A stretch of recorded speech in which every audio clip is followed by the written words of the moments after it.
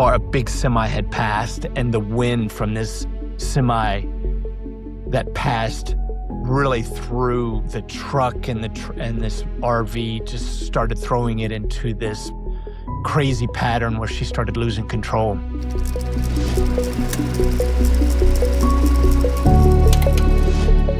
If you've enjoyed the podcast up to this point, like, follow, and subscribe so you can be notified when the next episode comes out. And keep listening. This is the part when I was ready to quit. I had it all planned out. However, there was something undeniable that was pulling me to the coast. At this point on the journey, on this cycling trip from San Francisco to the coast of North Carolina, I'm approximately 39 days into the trip. Roughly 3,200 miles have been pedaled. I was tired. I was exhausted. And at this point, I had gotten off the transcontinental path, the road, and started my own way, working my way towards the coast of North Carolina. I was in the Appalachian Mountains. And the Appalachian Mountains in Tennessee and going into North Carolina are, to me, one of the most beautiful mountains. The greenery, the beauty, and it also comes with some really great memories as a kid. And those memories were my mom loading me and my 3 siblings up in a truck, renting a RV, and us going and vacationing and camping in these beautiful mountains in North Carolina every year as a kid. It was fabulous. It was amazing memories. And so as I got into North Carolina, I pedaled my way into North Carolina. And I'll never forget crossing over the state line as I'm ascending this mountaintop and I cross over. There's fog, there's the greenery of the pine trees and the freshness and the coolness in the air. But I was ready to quit. I was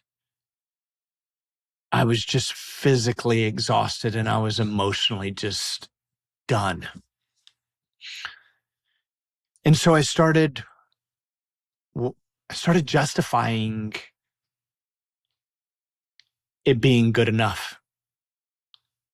The ride from San Francisco all the way to the state line of North Carolina, I had just basically crossed the United States.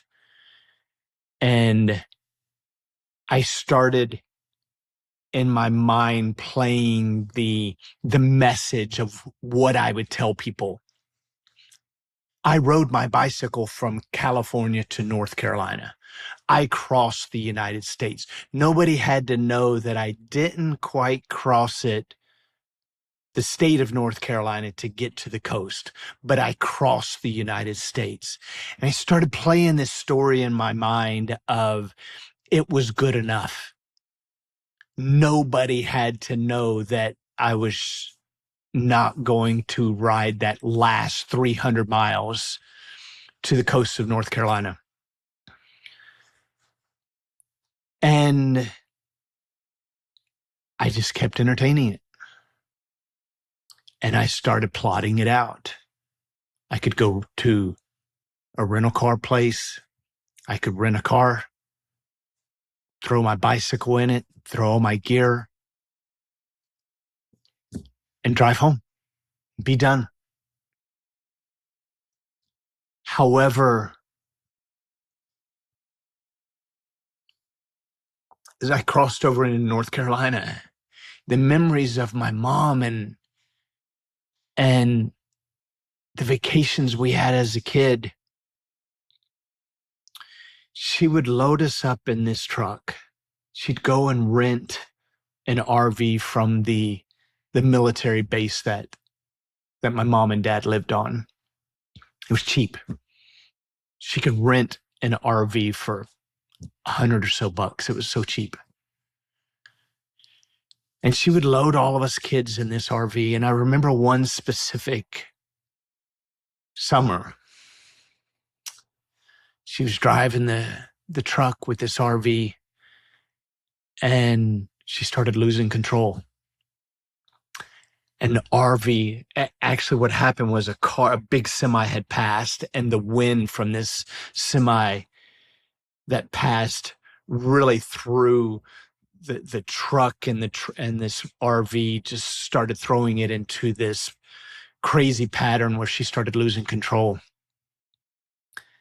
And she finally gets back control. She comes to a stoplight. A guy pulls up next to us, and he motions over to her that something was wrong with the RV. And I remember getting out of the truck, and as a kid, I'm probably 8 or 9 years old, going to the back of the truck, and I see the bumper is in the shape of a V. The RV is almost sitting on the ground. And so this nice gentleman who helped her work the truck and this RV over to a mechanic, and we spent all day, this guy welding this bumper back on to the truck. I mean, this bumper was at this point stout. And we continued on.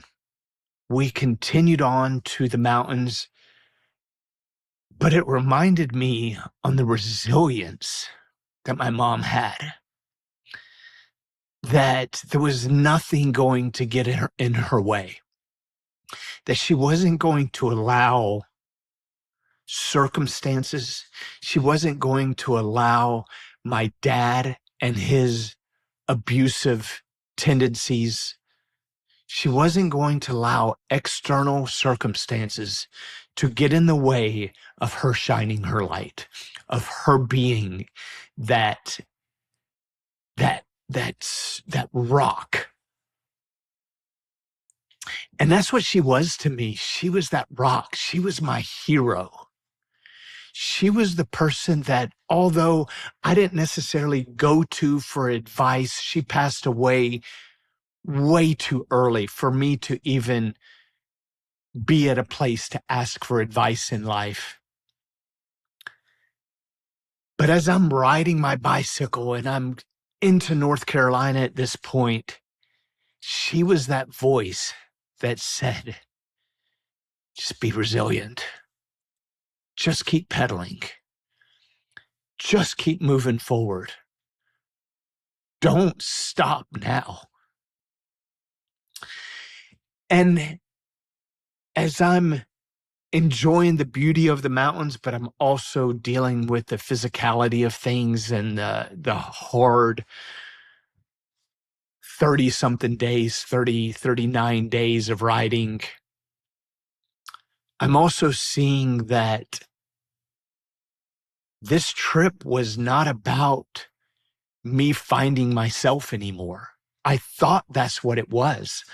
I started this trip with the intention of figuring me out. What it turned into was a story of redemption, a story of reconciliation between my dad and I.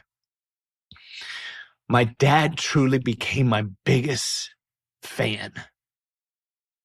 He became so curious about who I was and what I was doing and why I was doing it and what's going on right now.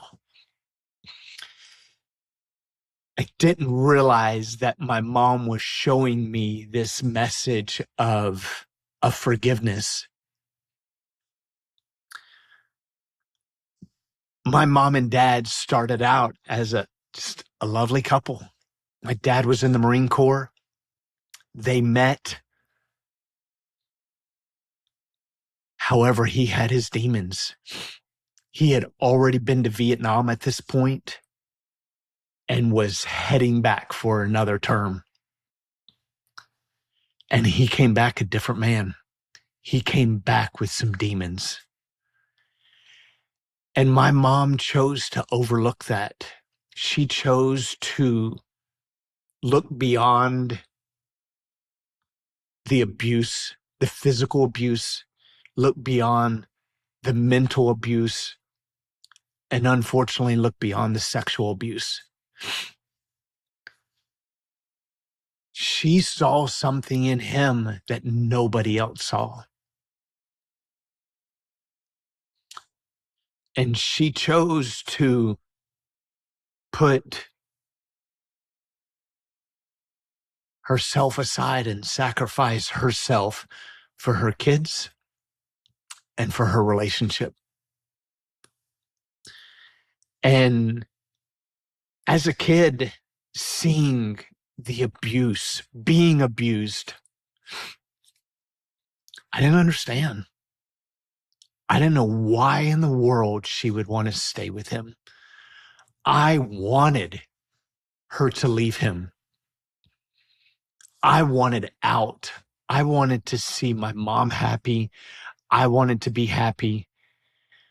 We tiptoed around so many things as kids, my siblings and I. On Sunday mornings, my mom was a devout Christian. She would go to church every time the church doors were open. And my dad proclaimed to be a devout Christian. And however, those Sunday mornings going to church, they were hell. When he would get up and every morning, my brother and I would have to go and build a fire to keep the house warm. We would then start cooking breakfast for the family. And there were 6 of us. It took a while to cook a big old breakfast, but it was hell. I hated dealing with him. He was so hateful. He was so abusive. And there were moments, there were times, there were Sunday mornings where he would oversleep. I would hear his alarm. He was a heavy sleeper. I would hear his alarm going off and I would sneak downstairs because he slept on the couch. My mom and dad didn't even sleep in the same bedroom. He was sleeping on the couch and I would hear his alarm going off and I would sneak downstairs and I'd turn his alarm off, hoping that he wouldn't wake up. If he could just not wake up, then we could go to church. Maybe my mom would allow me to go and hang out with a friend after church so I wouldn't have to come home and be around my dad and deal with his wrath. Because the wrath also was he slept in or he overslept. And then he was so hateful once we came home from church. And if I could just go to church, hang out with a buddy, ask to go and hang out with them after the church, and then we'd come back to church that night. That was my hope. That was my plan. That would give me some relief away from my dad. And sometimes it worked, sometimes it didn't. And sometimes my dad woke up and realized that somebody turned his alarm off and his wrath would follow. It was hard. But for some reason, my mom chose not to leave him. To this day, I really don't know why. She had every reason to leave. At times in his abuse, cops were called, cops would come out and encourage her to press charges so he could get put in jail. And she never would. She would never press charges.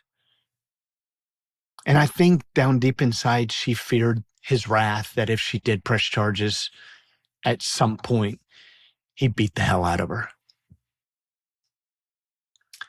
And so time and time again, she overlooked it. She overlooked his behavior. And she put her focus in her kids. My mom became my hero. She showed me so much in the power of not only forgiveness, but redemption and resilience. And so as I'm riding along and I'm enjoying these mountains, she was the voice to say, keep pedaling. Don't give up. I didn't give up on your dad. Don't give up now. There is forgiveness that still has to take place. And so I knew that in 3 days' time, I was going to see my dad. He was going to be there. And at this point, our relationship was starting, the process was starting of the restoration. He was at this point in my world. But it's one thing to be in somebody's world by phone. It's another thing to be in somebody's world face to face. And I knew that I was going to be face to face with him. But I felt like my mom she was such a beacon. She was such a rock. She was that lighthouse. That lighthouse of like, here's the way. Just keep pedaling. Just come home. You've gone 39 days. Just 3 more days to go. And so that's what I did. I just kept pedaling. And I knew that I was going to have that face-to-face moment with my dad. But she showed me when she was on her deathbed. She had the moment to restore it all with my dad. And she did. She forgave him. And although she lived a really short life, she passed away at 59 years old. She chose to forgive. She showed me the example of what that was. And so I felt like I had to honor that. If she could go through the hell of all of those years, 30-something years of a relationship, 30-something years of marriage, if she could do it, I could do it. And so it was time. It was time to go home. So I just kept pedaling. And those last 3 days, although those became the hardest, but what you're going to see next is the resilience and the fortitude and the drive and the inspiration that ended up being the most impactful day of the entire trip. Stay tuned for the next episode.